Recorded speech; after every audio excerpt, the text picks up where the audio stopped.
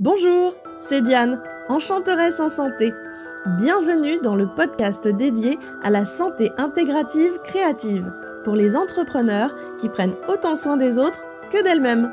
En tant qu'ostéopathe, aroma-olfactothérapeute et coach de vie pro et perso, je serai votre guide facétieuse et enjouée. Je vous invite chaque semaine à explorer et voyager à mes côtés. Nous irons à la découverte de nouvelles contrées, au cœur desquelles il fait bon vivre et oser se réaliser. Allons-y! Embarquons ensemble dans de fantastiques aventures enchantées où bien-être et magie s'associent pour agrandir notre champ des possibles. Hop!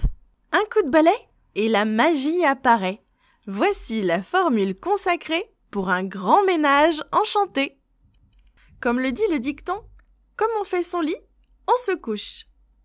Et si nous transposions cette notion des plus simples au moment de nous réveiller et d'éclaircir nos idées? S'il ne nous suffisait au fond pour avoir un positionnement des plus justes et mener les actions telles que nous le souhaitons vraiment, qu'à nous lancer activement dans une bonne session de ménage, de tri pour y voir vraiment plus clair.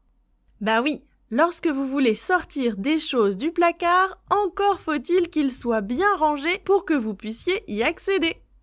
Parfois, nous nous sentons un petit peu ralentis, freinés, comme englués, empêtrés dans quelque chose sur lequel nous ne mettons pas forcément directement le doigt. Comme un brouillard que nous traversons et qui mériterait une belle éclaircie. Et si ces sensations nous indiquaient pile le bon moment où il est des plus judicieux de reposer ses bases et de revenir à ses propres essentiels? Pour opérer un renouveau, encore faut-il avoir pris le temps de bien déterminer ce que l'on souhaite laisser derrière soi. En d'autres termes, pour faire place au neuf, encore faut-il qu'il y ait de la place. Et donc que l'on ait créé l'espace pour que cela puisse émerger.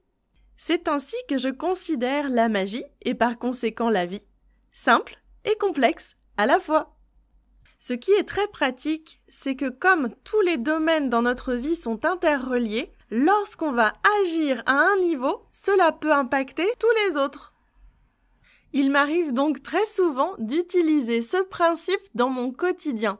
Et ainsi, quand une situation me semble difficile à démêler et bien intriquée et que je ne me vois pas la solutionner au cœur même du problème, eh bien je transpose dans un autre domaine et je me mets à faire du tri dans mes papiers, à faire ma compta, enfin bref, à faire le point et élaguer, assainir ce qui est directement à ma portée. Et une fois ce coup de balai donné dans mes papiers, cela me permet d'être beaucoup plus à même de rentrer dans la situation qui me pose problème avec la sensation d'avoir déjà réussi à démêler quelque chose. Cela me permet donc de prendre à bras le corps la situation qui me tient à cœur avec une sensation de confiance renforcée. Pour vous donner un autre petit exemple, lorsque vous avez le cerveau embrumé, eh bien, désembuer vos lunettes est déjà un premier pas pour voir les choses sous un nouvel angle et vous attaquer au problème de la brume dans votre cerveau. Pour moi, au-delà du fait de jongler avec des idées, il est vraiment important d'ancrer la pratique dans la matière, dans le concret, dans ce qui est directement à notre portée et palpable. Je vous invite donc à vous saisir des idées qui auraient pu émerger en vous à l'écoute de cet épisode et de vous munir de vos balais, quelle que soit la forme qu'ils prennent, afin de faire du ménage pour que puisse apparaître et se révéler votre propre magie. Car vous avez à n'en point douter plus d'un tour dans votre sac à condition que celui-ci soit bien ordonné comme celui d'une certaine Marie. Vous l'aurez compris, je fais ici référence d'une dernière pirouette à Mary Poppins.